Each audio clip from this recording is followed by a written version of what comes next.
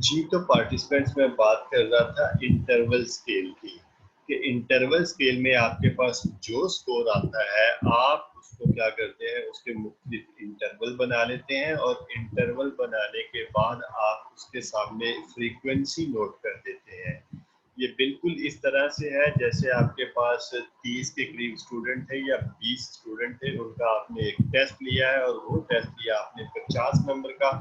तो किसी स्टूडेंट ने हासिल किए होंगे 10 नंबर, किसी ने 5, किसी ने 15, किसी ने 40, किसी ने 35, किसी ने 45, मुख्तलिफ आपके पास स्कोर होंगे। आप उन स्कोर को कंपाइल करते हैं और इंटरवल स्केल की मदद से आप अपने उस डाटा को प्रेजेंट करते हैं। आप इंटरवल बना देते हैं 10 से लेकर 20 का, फिर 11 से 0 से 10 का, 11 से 20 का, 21 से 30 का, 31 से 40 का और 41 से 50 का। ये आपने 5 इंटरवल बना दिए और इन 5 इंटरवल को बनाने के बाद उसके सामने आपने जो नंबर ऑफ स्टूडेंट जिन्होंने उस रेंज में, उस इंटरवल की रेंज में मार्क्स जो अचीव किए, आप उनकी तादाद लिख देते हैं कि किसी ने फर्ज किया कि आपके पास जो 21 से 30 वाला इंटरवल था उसमें आपके पास 20 में से 5 लोगों ने उस रेंज में मार्क्स हासिल किए। तो इस किस्म की जो अरेंजमेंट होगी डियर पार्टिसिपेंट, अगर आप डाटा को इस तरह से अरेंज करते हैं तो इस किस्म की जो अरेंजमेंट होगी आपकी, उसको कहा जाता है जी इंटरवल स्केल।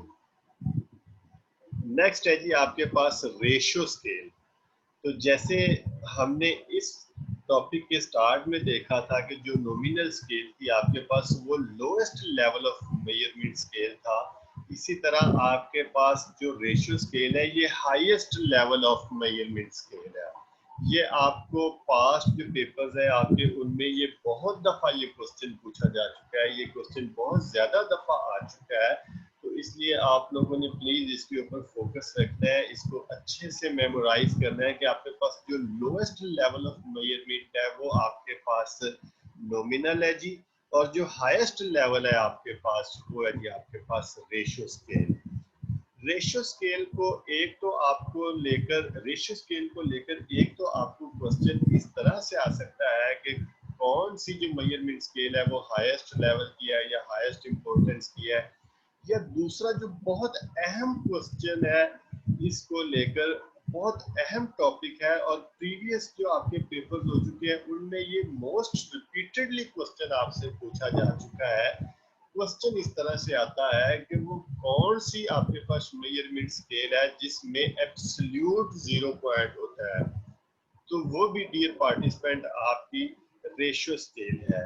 एब्सोल्यूट 0 पॉइंट से क्या मुराद है कि ये जो आपकी स्केल है इसमें कोई भी आपका ऐसा स्कोर नहीं होगा जो लेस देन 0 चला जाए। कोई भी आपके पास ऐसी वैल्यू नहीं होगी जो लेस देन 0 चली जाए। आपने जो ऊपर नॉमिनल स्केल देखी, ऑर्डिनल स्केल देखी, इंटरवल स्केल देखी, उनमें आपकी जो वैल्यूज है वो माइनस में जा सकती हैं। फर्ज करते हैं, एक छोटी सी एग्जांपल लेते हैं कि जो आपके पास सेंटीग्रेड स्केल है वो भी आपके पास टेम्परेचर जो है वो प्लस और माइनस में जा सकता है। लेकिन अगर हम उसको एक्सप्लेन करें केल्विन स्केल की मदद से, और केल्विन में देखें आप तो 0 से वो स्टार्ट हो रहा है, तो वो इससे वो नीचे जा ही नहीं रहा। या इसको चले, इसको भी छोड़े, आप एक और मिसाल देखें, जैसे आपकी हाइट है, आपका वेट है, आपका वेट कभी भी माइनस में, जो हमारा रूम टेम्परेचर है, जो हमारा मतलब सरफेस लेवल है, इसके ऊपर कभी भी माइनस में नहीं जाता। आपकी हाइट जो है वो कभी भी माइनस में नहीं जाएगी। छोटी हाइट हो सकती है 5 फुट हो सकती है, 4 फुट 10 इंच हो सकती है, 6 फुट हो सकती है, लेकिन कभी भी माइनस में नहीं आपकी ये जाएगी। लेंथ हो सकती है, कभी भी माइनस में नहीं जाएगी। तो ये ऐसी वैल्यूज है, ऐसी आपके पास स्कोर है, ऐसी करेक्टरिस्टिक्स है डियर पार्टिसिपेंट्स जो आपके पास माइनस में नहीं जाएंगी, और इनको अमूमी तौर पर जो है वो अरेंज किया जाता है आपकी रेशियो स्केल पे। आगे बढ़ते हैं जी और बात करते हैं फ्रीक्वेंसी की और फ्रीक्वेंसी डिस्ट्रीब्यूशन की। और फिर हम इस चीज पर बात करेंगे कि ये जो आपकी फ्रीक्वेंसी डिस्ट्रीब्यूशन है उसको कैसे कैसे हम एक्सप्रेस कर सकते हैं, इंटरप्रेट कर सकते हैं। सबसे पहली चीज यहाँ पर जो डियर पार्टिसिपेंट हमने देखनी है, जिसके ऊपर हमने बात करनी है, वो है जी फ्रीक्वेंसी। कि फ्रीक्वेंसी क्या चीज है। तो डियर पार्टिसिपेंट, फ्रीक्वेंसी आप में से कुछ हमारे पार्टिसिपेंट जो है उनका बैकग्राउंड हो सकता है साइंसेज में हो, तो आप लोगों को पता है, आप लोगों ने पढ़ा हुआ है इसको, जो आपकी पेंडुलम की जो मोशन थी या आपके पास इस तरह की जो मोशन थी, उसमें आपने देखा है कि जैसे ही आपके पास वेव मोशन थी, आपने वहां पर ये चीज देखी हुई है कि एक आप एक एंड से चले, आपकी अगर वो पेंडुलम एक एंड से वो जा रहा है, दूसरे एंड से होकर वापस जब उस पर आता है तो वो एक चक्कर मुकम्मल कर लेता है। तो वो एक सेकंड में जितने मतलब वो नंबर ऑफ टर्न्स वो पूरी करता है, उसको आप फ्रीक्वेंसी कहते हैं। अगर हम अपने सोशल साइंसेज की बात करें, अगर हम अपनी ये जो एजुकेशन है इसकी बात करें, तो आपके पास जो फ्रीक्वेंसी है, ये आपके पास एक ऐसी चीज है कि कैसे अकर हुई, कितने लोगों के बीच हुई वो। ये बिल्कुल इसी तरह से मिसाल है, जैसे अभी मैं बात कर रहा था आपके सामने इंटरवल स्केल की, कि 20 से लेकर 30 की जो रेंज थी, इसमें आपके 5 लोगों का स्कोर आया, तो उसमें आपकी जो फ्रीक्वेंसी होगी वो होगी जी 5।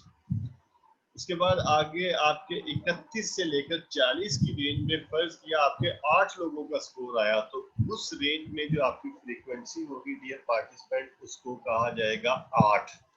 तो फ्रीक्वेंसी इसको F से जाहिर किया जाता है जी। तो the frequency of a particular observation is basically the number of times the observation occurs in the data. ये था जी फ्रीक्वेंसी का कॉन्सेप्ट। नेक्स्ट हम बात कर लेते हैं डिस्ट्रीब्यूशन पे, कि डिस्ट्रीब्यूशन क्या होती है। तो डिस्ट्रीब्यूशन डियर पार्टिसिपेंट, बेसिकली आपके पास एक पैटर्न ऑफ फ्रीक्वेंसीज होता है कि आप किस पैटर्न में अपनी फ्रीक्वेंसी जो है उनको आप डिस्ट्रीब्यूट कर रहे हैं, या किस पैटर्न में किसी वेरिएबल को आप डिस्ट्रीब्यूट कर रहे हैं, तो आपके पास उस वेरिएबल की वो डिस्ट्रीब्यूशन कहलाएगी। अगर पर्टिकुलरली मैं बात फ्रीक्वेंसी की करूं, अगर आप फ्रीक्वेंसी को डिस्ट्रीब्यूट कर रहे हैं किसी पर्टिकुलर पैटर्न पर, तो वो आपकी फ्रीक्वेंसी डिस्ट्रीब्यूशन कहलाएगी। तो फ्रीक्वेंसी डिस्ट्रीब्यूशन की अगर मैं डियर पार्टिसिपेंट्स बात करूं, तो अमूमी तौर पर दो तरीके हैं जो इस्तेमाल किए जाते हैं। एक है आपके पास टेबल फॉर्म, और दूसरी है आपके पास ग्राफिकल फॉर्म। यहाँ पर मैंने आपको सामने इस वक्त स्क्रीन पर नजर आ रही होंगी, ये दोनों टाइप्स हैं। अगर इस जगह पर देखें आप, एक आपको एग्जांपल के तौर पर मैंने यहाँ पर दिया हुआ है जी, table 16.2 frequency distribution of attitude toward Nike. ये जो शूज वगैरह है, या एक कंपनी है जो गारमेंट्स वगैरह का काम करती है। तो अगर आप इसमें देखें तो हमारे पास कुछ वैल्यूज हैं। अगर आपसे डाटा लिया गया है 1 से लेकर 9 तक की कोई ऐसी लीकर स्केल थी, जिसमें 1 से लेकर 9 तक आपने रिस्पॉन्ड करना था, तो एक जो वैल्यू है इसके ऊपर रिस्पॉन्ड किया है 5 लोगों ने, तो फ्रीक्वेंसी रहेगी 5। 2 का जो स्कोर था उस पर 6 लोगों ने रिस्पॉन्स किया, तो फ्रीक्वेंसी होगी 6। इसी तरह बढ़ते बढ़ते देखें 9 पर एक बंदे ने रिस्पॉन्स किया, तो इसकी फ्रीक्वेंसी, इस वैल्यू की फ्रीक्वेंसी होगी जी 1। ये थी आपके पास फ्रीक्वेंसी। फिर इसमें एक चीज और मैं थोड़ा सा एक्सप्लेन कर दूं, परसेंटेज। परसेंटेज आप देख लेते हैं, टोटल जो आपके पास नंबर होता है उसमें से आप अपनी उस फ्रीक्वेंसी का परसेंटेज देख लेते हैं। नेक्स्ट आगे बढ़ते हैं जी, और यहाँ पर लास्ट पे अगर आप जाकर बात करें, देखें तो आपको क्यूमुलेटिव परसेंटेज नजर आ रहा है। तो ये क्यूमुलेटिव परसेंटेज जो है, इसको क्यूमुलेटिव फ्रीक्वेंसी के तौर पर भी आ जाता है, या क्यूमुलेटिव अर्थमेटिक जो आपका मीन है उसके हवाले से भी समटाइम ये चीज पूछी जा सकती है।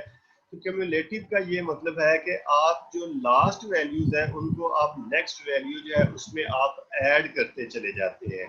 जैसे अगर आप यहाँ पर देखें तो ये 11.4 था, नेक्स्ट आपके पास 25 पॉइंट ये था, तो उसके बाद जो आगे आ रही है, आप पिछली को अगली में जमा करते आ रहे हैं।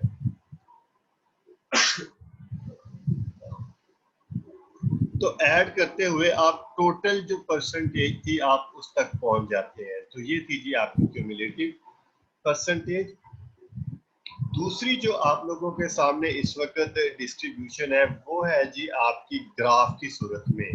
ये जो ग्राफ है आपके पास, ये मैं इस वक्त जो आपकी स्क्रीनों पे नजर आ रहा है ये एक बार ग्राफ है, लेकिन जब हम फ्रीक्वेंसी डिस्ट्रीब्यूशन की बात करते हैं तो इसको हम बार ग्राफ में भी इसको डिस्ट्रीब्यूट कर लेते हैं, हिस्टोग्राम भी है, और जो डिफरेंट टाइप्स है हमारे पास लाइन ग्राफ भी हो सकता है, डिफरेंट टाइप्स है हमारे पास ग्राफ के डियर पार्टिसिपेंट। तो आप उनमें से कोई भी सूटेबल या कोई भी अप्रोप्रिएट जो ग्राफिकल रिप्रेजेंटेशन है वो आप दे सकते हैं फ्रीक्वेंसी डिस्ट्रीब्यूशन के लिए। तो ये यहाँ पर जो आपको ग्राफ नजर आ रहा है उसमें फ्रीक्वेंसी और हाइट का जो है वो आपस में एक कंपैरिजन किया गया है। यहाँ पर आपकी हाइट है सेंटीमीटर्स में, फर्ज कर रहा हूं मैं कि ये सेंटीमीटर्स में है, तो 139 सेंटीमीटर पे आपके पास एक बंदा फॉल करता है, तो इस हाइट के लिए जो फ्रीक्वेंसी होगी वो 1 होगी। इसी तरह 145 पे जो है वो आपके पास 2 है। इसी तरह जैसे वो आगे बढ़ता जा रहा है और आपके पास नंबर ऑफ फ्रीक्वेंसी जो है वो अलोंग वाई एक्सिस यहाँ पर शो की गई है। ये थी जी आपकी फ्रीक्वेंसी डिस्ट्रीब्यूशन। तो फ्रीक्वेंसी डिस्ट्रीब्यूशन को लेकर आपको क्वेश्चन कुछ इस तरह का आ सकता है कि फ्रीक्वेंसी है क्या, इसकी डेफिनेशन आ जाती है। फिर फ्रीक्वेंसी डिस्ट्रीब्यूशन में कुछ आपको सम टाइम ऐसा भी मैंने एक पेपर देखा है जिसमें एक ग्राफ दे दिया था और उस ग्राफ में से पूछा गया था कि ये जो फलां लेवल है, फलां वैल्यू है, उसके लिए फ्रीक्वेंसी क्या है। तो ग्राफ को हमने रीड करके, ग्राफ को हमने पढ़ने के बाद जो था वो उस ऑप्शन का जवाब देना था। ये था जी आपके पास फ्रीक्वेंसी डिस्ट्रीब्यूशन। नेक्स्ट आगे बढ़ते हैं और अब हमने बात करनी है dear participant measures of central tendency की। मेजर्स ऑफ सेंट्रल टेंडेंसी, तो इसमें आपके ऐसे मेजर्स हो सकते हैं जिसका ताल्लुक आपके पास जो एक गिवन स्कोर है या गिवन वैल्यूज ऑफ स्कोर है उनकी जो सेंट्रल टेंडेंसीज है उनके साथ है। सेंट्रल जैसे कि मरकज, महवर, इनसे ताल्लुक होगा उनका। अमूमी तौर पर जो आपको डिस्कस की जाने वाली या जो आपको एग्जाम में आती है वो हमारे पास टोटल 3 इसकी मेजर्स हैं जी। नंबर 1 है आपके पास मीन, और ये मैं आप लोगों को लिख के देता हूं कि इंशाल्लाह इन तीनों जो अभी टाइप्स को डिस्कस करने वाले हैं इंशाल्लाह आपको इन तीनों में से एक क्वेश्चन वहां पर लाजमी आएगा। बहुत सिंपल चीजें हैं, लेकिन वहां पर सम टाइम ये होता है कि आपका जो क्वेश्चन होता है, आपका वो जो स्टेम होता है, वो उसका आप पहला 80% अभी पढ़ते हैं तो उसमें कुछ और चीज होती है और लास्ट 20% में वो उसको घुमा देता है, उसका मतलब मानी चेंज कर देता है उस आपके स्टेम का। तो आपने पूरा स्टेम पढ़ना है जी। तो सम टाइम ये होता है कि ये कंसेप्ट हमारे बहुत अच्छे होते हैं, लेकिन जब हम फर्स्ट हाफ या फर्स्ट 80% उस स्टेम का पढ़ते हैं तो अगला 20% हम पढ़ना मुनासिब नहीं समझते और लगता है हमें कि हमारा वो जो 80% पढ़ा है वो ठीक है और उसी से नीचे हम डिफरेंट ऑप्शन पे चले जाते हैं। तो जैसे जैसे आप लोग टेस्ट देंगे इंशाल्लाह हमारे ये वाले भी और पहले भी आप लोग एक्सपीरियंस्ड लोग हैं, मेरे पास डाटा है, आप लोगों में से बहुत से लोग पहले भी अपीयर हो चुके हैं पीपीएससी, एफपीएससी ऐसे टेस्ट में, तो उनके पास एक्सपीरियंस है, उनको पता है कि वहां पर जो स्टेप है वो किस तरह से आती है। तो 3 है जी हमारे पास मेजर। मीन है, मीन जो है वो सिंपली आपके पास अर्थमेटिक एवरेज है। इसमें आप क्या करते हैं कि आपके पास जो सम ऑफ स्कोर होता है उसको आप डिवाइड कर देते हैं नंबर ऑफ स्कोर से। ये बिल्कुल ऐसे ही है कि जैसे आप इस वक्त 25 लोग हैं और आप 25 लोगों के पास कितने कितने जो ड्रेसेस हैं आप उन सबको जो है वो प्लस करें, ऐड करें और उसको 25 पे डिवाइड कर दें तो वो आपका मीन आ जाएगा कि आपके पास एवरेज जो नंबर ऑफ ड्रेसेस हैं वो कितने हैं आप सब लोगों के पास। नेक्स्ट है जी आपके पास मीडियन। यहाँ पर मैं आपको ये अर्ज करता चलूं कि वहां पर आपको जो आपका टेस्ट है वहां पर बकायदा आपको जो है वो स्कोर्स दिए जाते हैं कि ये आपके पास स्कोर है, इतनी आपके पास नंबर ऑफ स्कोर है या नंबर ऑफ टर्म्स है और आप इसका मीन जो है वो बताएं क्या होगा। तो नीचे डिफरेंट 4 ऑप्शन होगी या आपको एक डिस्ट्रीब्यूशन दे दी जाएगी स्कोर की और आपको उसमें से पूछा जाएगा कि आप इसका मीडियन निकालें या मॉड निकालें। तो मीडियन की बात करते हैं डियर पार्टिसिपेंट। मीडियन आपका एक ऐसा स्कोर है जो आपकी डिस्ट्रीब्यूशन है, जो आपके स्कोर है, जो आपकी वैल्यूज हैं, अगर आप उनको अरेंज कर दें असेंडिंग या डिसेंडिंग ऑर्डर में, तो मीडियन आपका वो मिड पॉइंट है जो आपकी उस डिस्ट्रीब्यूशन को दो इक्वल हाफ में तकसीम कर देगा, जो आपकी उस डिस्ट्रीब्यूशन को दो इक्वल हाफ्स में क्या कर देगा, तकसीम कर देगा। ऐसी वैल्यू डियर पार्टिसिपेंट आपकी कहलाएगी मीडियन।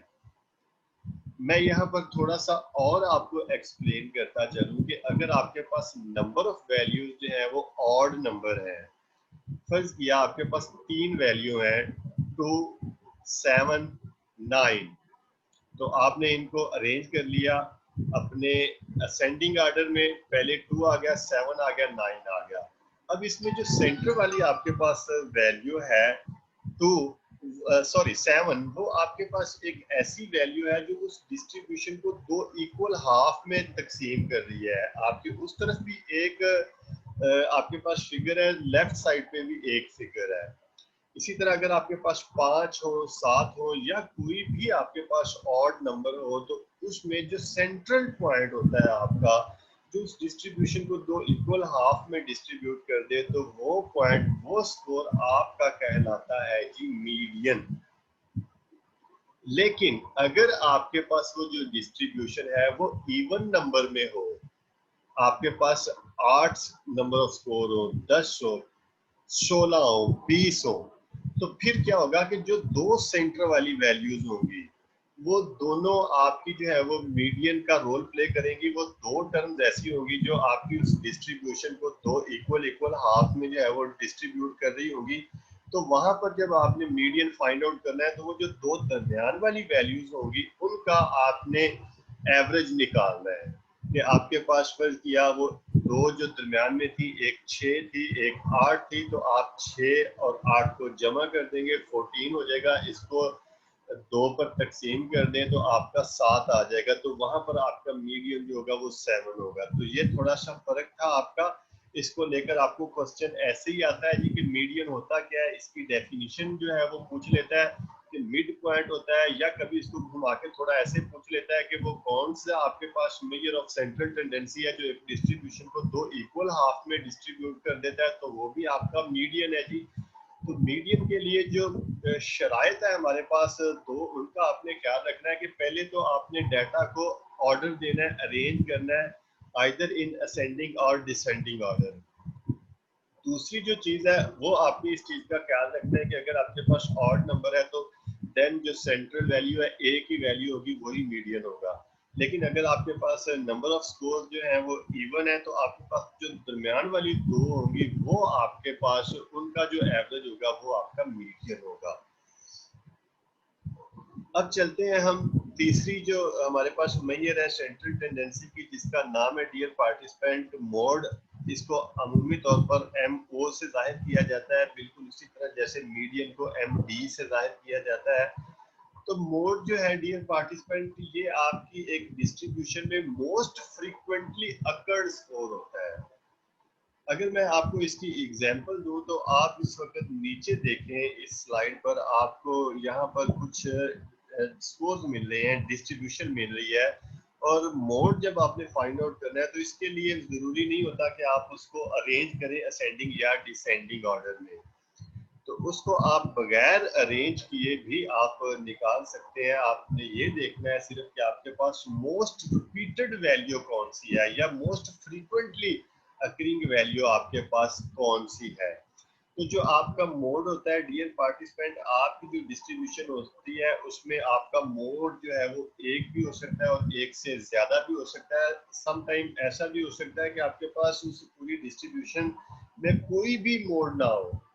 तो आपके पास ये तमाम सूरतें हो सकती हैं कि कोई भी मोड नहीं है, या आपके पास नंबर ऑफ मोड 1 है, 2 है, 3 है, बाई मॉडल है, ट्राई मॉडल है, या मल्टी मॉडल आपके पास डिस्ट्रीब्यूशन है।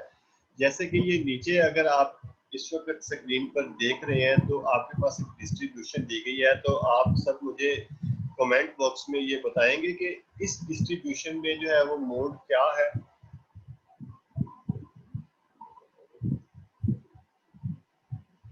Okay, thank you Shumaila. Okay, any other participant?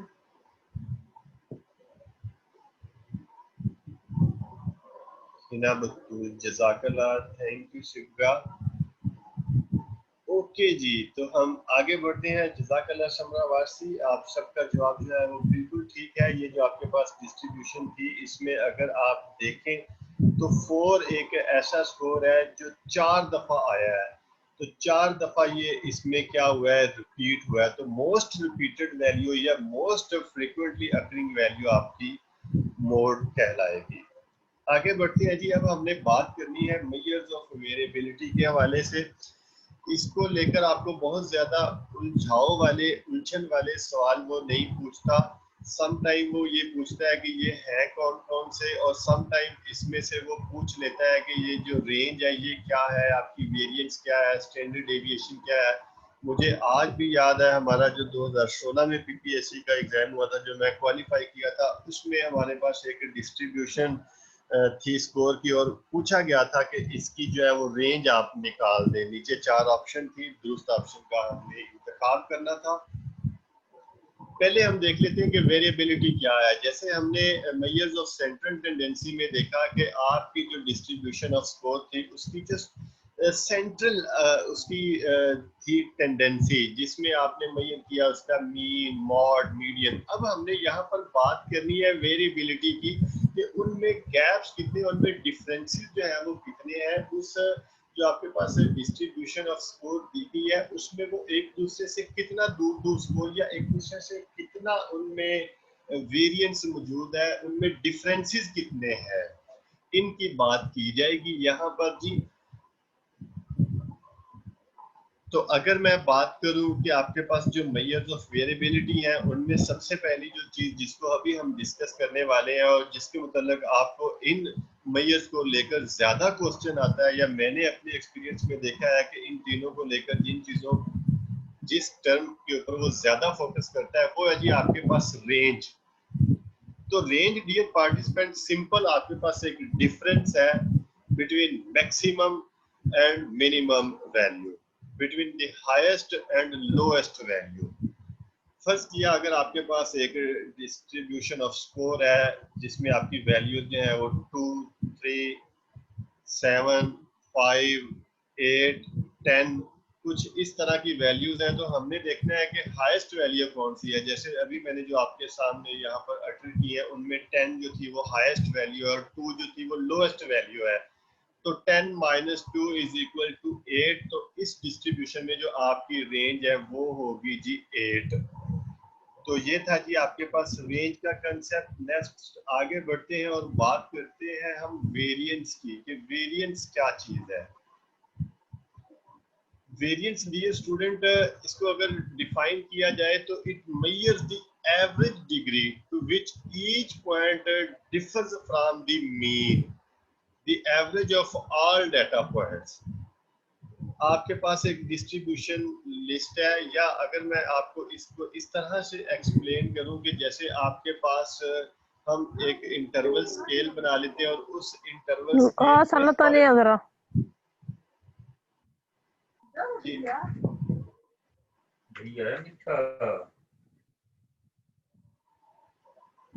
Okay. तो जी डियर पार्टिसिपेंट्स, तो मैं अर्ज कर रहा था वेरिएंस के हवाले से कि average degree to which each point differ from the mean, कि आपका जो मीन है उससे वो कितना कितना डिफर कर रहे हैं। बिल्कुल उसी तरह से जैसे अभी थोड़ी देर पहले मैं आप लोगों के साथ एक एग्जांपल शेयर कर रहा था कि आपने स्टूडेंट्स का 50 नंबर का टेस्ट लिया, उसमें से किसी के जो स्कोर है वो पहला जो आपका इंटरवल था उसके बीच आ गए, दूसरे इंटरवल में, तीसरे में आपने रख लिए। अभी जो एग्जांपल दी थी आपको इंटरवल स्केल वाली, उसको ज़हन में रखिएगा जरा। तो आपके पास वो जो 30 स्टूडेंट के जो स्कोर आए थे, आपके पास डिफरेंट डिफरेंट जो आपके 0 से लेकर 50 तक के बीच हो सकते थे। तो एक तो आप वहां से उनकी रेंज निकाल सकते हैं। रेंज आपकी वो डिफरेंस होगी between highest and lowest value. अब वेरिएंस क्या है कि आपने उन सब का जो है वो निकाल लेना है मीन, कि मीन आपके पास कितना है। फिर आपने ये देखना है कि वो जो हर वैल्यू है वो मीन से कितना डिफरेंट है। कितना वेरी कर रही है। मिसाल के तौर पर अगर उस टोटल जो आपके पास स्कोर था वो उसका मीन था 30, तो अब कुछ पार्टिसिपेंट, कुछ कैंडिडेट, कुछ वैल्यूज ऐसी होगी जो 30 से ज्यादा होगी और कुछ ऐसी होगी जो 30 से कम होगी। तो वो बेसिकली क्या है, आपका डिफरेंस है हर पॉइंट का अपने मीन स्कोर के साथ। तो ये जो डिफरेंसेस होंगे उनकी जो एवरेज होती है डियर पार्टिसिपेंट, उसको कहा जाता है जी वेरिएंस।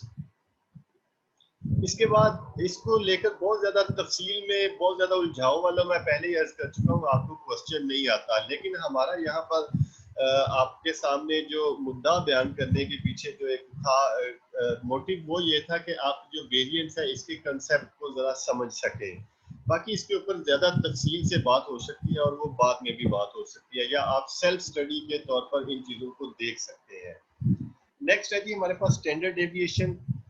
तो स्टैंडर्ड डेविएशन क्या करता है, it looks at how spread out a group of number is from the mean by looking at the square root of the variance. इसको फाइंड आउट करने के लिए तो वैसे हम जो हमारे फार्मूलाज हैं इनको हम अमूमी तौर पर इस्तेमाल नहीं करते, क्योंकि आजकल हमारे पास ऐसे सॉफ्टवेयर है जिसमें जस्ट हम क्लिक करते हैं और क्लिक से हमें पता चल जाता है कि स्टैंडर्ड डेविएशन क्या है। लेकिन अगर कभी आपको स्टैट के स्टूडेंट के तौर पर इन चीजों को मैनुअली देखना पड़े, तो जो आपके पास वेरिएंस होती है उसी का आप क्या करते हैं, स्क्वायर रूट लेते हैं। यहाँ पर आपने इस स्क्वायर रूट का जो एक इस्तेलाह इस्तेमाल की गई है, इसको आपने ज़हन में रखना है कि जब भी वेरिएंस के स्क्वायर रूट की बात आ जाए तो वहां पर डियर पार्टिसिपेंट आप चूज करेंगे स्टैंडर्ड डेविएशन को। आगे बढ़ते हैं जी। हमने देखना है आइटम एनालिसिस क्या है। हमारे पास आखिरी 10 मिनट है, लेकिन मेरे पास ये आखिरी 2 स्लाइड है, मैं इसको